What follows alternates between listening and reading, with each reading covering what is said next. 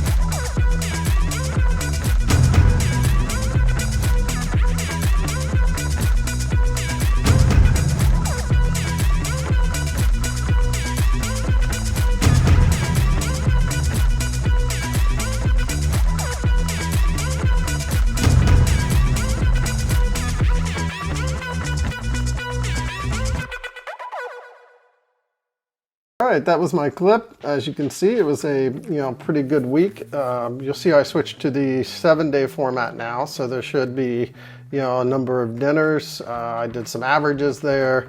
It should be a little bit more condensed instead of watching 7 daily videos now. And then we took it down to 3, and now we're taking it down to just 1 a week. But you can still see everything that I did. So I am down actually 30 pounds. And 30.2, should I say. So that's down from the 234.4.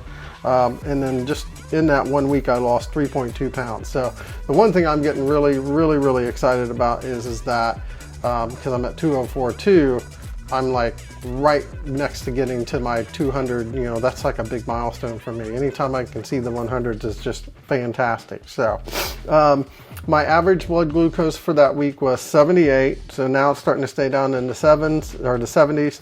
My ketones are averaging around 2.8, which is really good.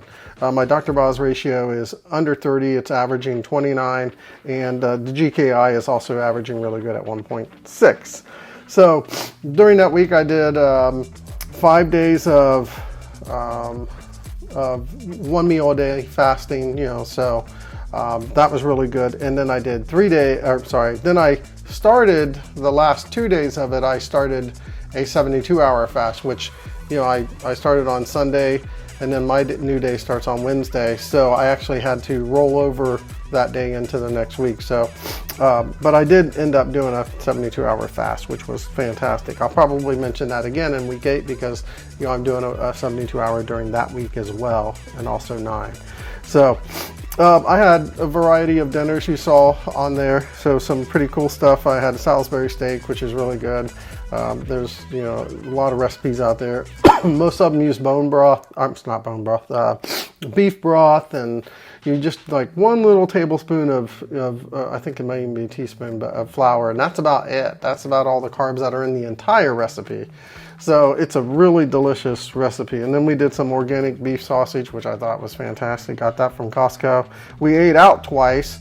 One, because we were already planned on doing it, and then we ended up doing an impromptu, going up to the mother-in-law's and helping her clean and do some stuff like that. And we had to do I had to do some chicken wings from a local restaurant. And again, it's hard to estimate those things, but I did make it work for that week.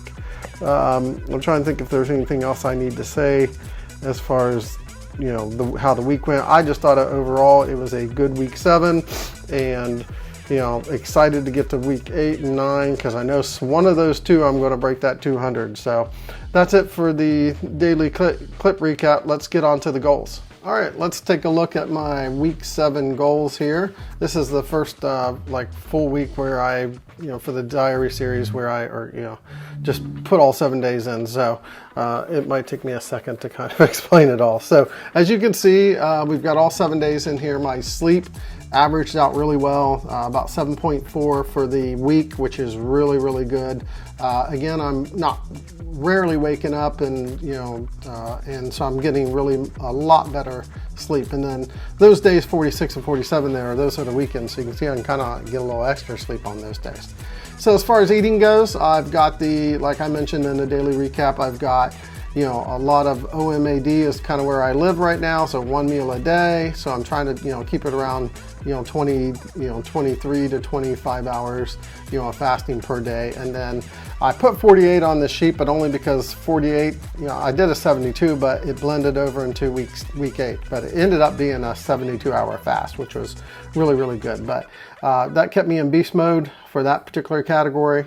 My fasting is on point. I'm not struggling at all with it. I'm typically drinking that mineral salt water, and then I do seltzer water too. Those are the kind of my go-tos, and then coffee obviously in the morning. So, and then my style keto, this week probably fell more on the, I wouldn't say more on the dirty, but it was just kind of kept me from getting up in the, beast mode, because I did eat out twice, so you don't really know what types of oils and, other things that just might sneak in. So anytime that, I had where I, had to, estimate and not really know, I always overestimated, so that's why, I kind of kept it at the better category on that, because I just don't 100% know. So as far as my macros, specifically carbs, those are the ones I look at first. I'm averaged 15.1 for the week. I'm only showing for the days that I actually ate something, so I didn't put zeros in for those other 2 days, which I fasted. So that's pretty good. So I, fasting, 7 days, with low carbs, I put myself in beast mode for that. I thought that was really good. So my goals for me are really working. My PITIC success is really working. Really good numbers on my macros. I mean, I'd like to see it closer to 75 on the fat, but I come in at 72%, 5% carb, and then 23 protein. So it went a little higher. I think it hasn't been those 2 days I had to go out and eat and so forth. So as far as learning goes, I watched probably 2 or 3 videos, but there's one I'm going to share today that I think is pretty cool. So we'll see that here shortly. Tracking, as always, got my nice little journal. I'm still nailing it there. Doing really well with that, and tracking it all in chronometer too. The fasting days are super easy to track in chronometer because there's just nothing to put there except for like my biometric stuff like weight and stuff. Meditation, I didn't really get a chance to do anything extra this week, so I just did 10 minutes a day, so I ended up 70 for the week. Excuse me. And then for exercise, I had no exercise for this week. I didn't get a chance to even do yoga. We went out of town for that day, so it's like I really just no opportunities to do that. But that's okay, because weight is lost in the kitchen, not in the gym. And there'll be a time that I can get back in and seriously doing stuff I need to do for strength and all that other jazz. So that's it for my goals. Let's go on and take a look at the video recommendation. All right, let's talk about the video recommendation for day 49, end of week 7. So I think I've mentioned before, I take a thyroid pill, and then I talked a couple times about thyroid. Well, I also take a blood pressure pill, and that's the extent of my medicine. Thank goodness. I'm definitely more fortunate than most folks, when it comes to lots of things. Even though I've got my weight up there, and I've dodged the diabetes thing, I've dodged, taking multiple medicines for one thing. So I feel blessed there. So my video recommendation this week comes from Dr. Barry. He talks about blood pressure, and and it's a pretty harsh title. It says, "Do you really have high blood pressure? Your doctor is doing it wrong." And I think there's some truth to that. I don't want to be on a conspiracy train or anything like that, but he said there's a couple schools of thought. Either you're going to follow what the AMA says, the American Medical Association, or you're going to follow what the AAFP, which is the American Association for Family Physicians, I believe.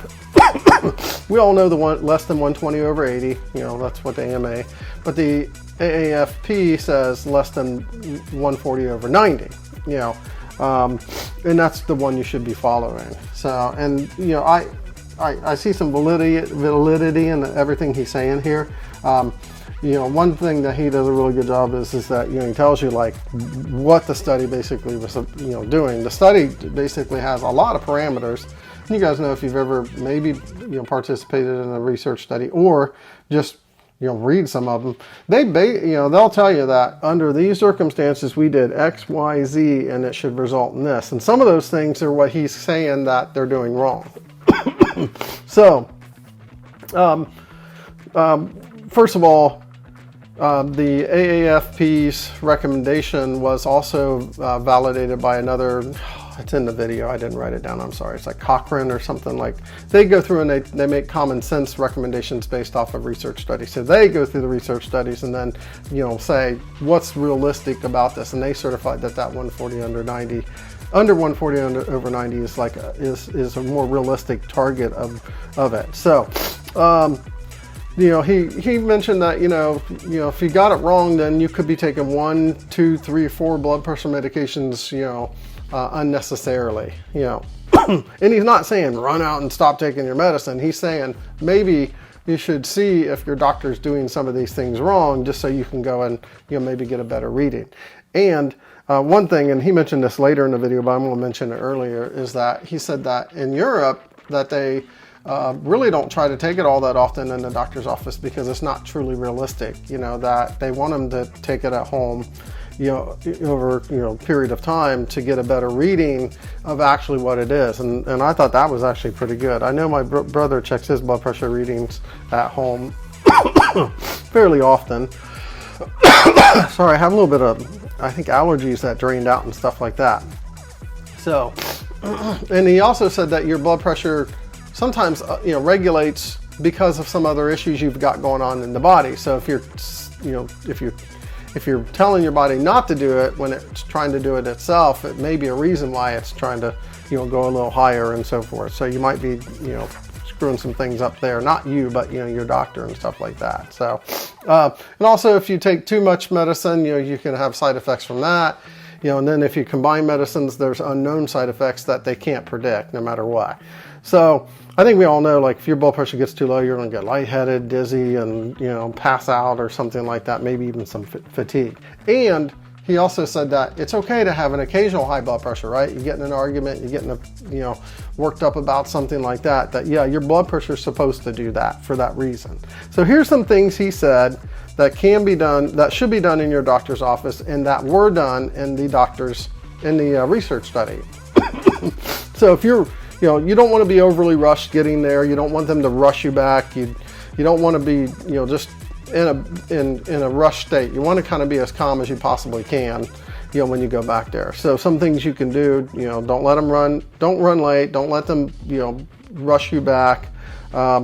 He gave like numbers with all these, like it could move at 20 points, 10 points. I'm not going to go through all those because it's just a lot of extra data. But he said even if the room is too cold, you can get a reading that's 2 to 10 points off. If the cuff size is wrong, 2 to 10 points off. If they're doing it through your shirt, 10 to 20 points off. Okay, I guess I'm giving some of the numbers here, but you know, you're supposed to be, according to like how they did it in the research studies, and all the numbers are based off of the AMA one, that you're supposed to be in a quiet, like I think even he said dark room for 10 to 15 minutes before they come in there. They're not supposed to talk to you. They're supposed to also make sure these other things are being followed, like, you know, skin, touch the skin, empty bladder, you know, just a number of things. And I think these things make sense. I mean, that's why there's some validity in it.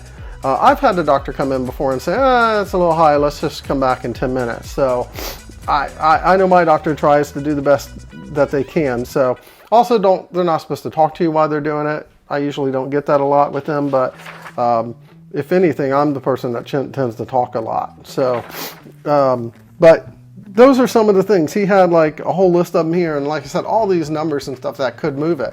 He recommends, you know, he had a blood pressure cuff on there that he said, you know, order from Amazon. Go home, do it for 14 days. Don't chase the number, so don't like do it once and go, oh, I don't like that number, do it again. You know, he said just do it once a day. trying to follow these guidelines. And then after 14 days, see what those numbers average out to, and that's what your blood pressure is. And that seems realistic to me. I think that's a good plan. I know I have a cuff at home. I don't think it's the one he's got, but it's pretty reliable. So I think I'm going to reevaluate it at some point, especially since I've lost so much weight. I do know my blood pressure has dropped, so I probably should maybe talk to the doctor about coming off the medicine. Hope you liked the video recommendation for today. All right, that's it for day 49, end of week 7. Thanks for watching today's video. Please like and subscribe so you can keto with me. Remember, if you got any comments or questions, leave them down below. Just remember, nobody's perfect. Be a coach, not a critic, and take care.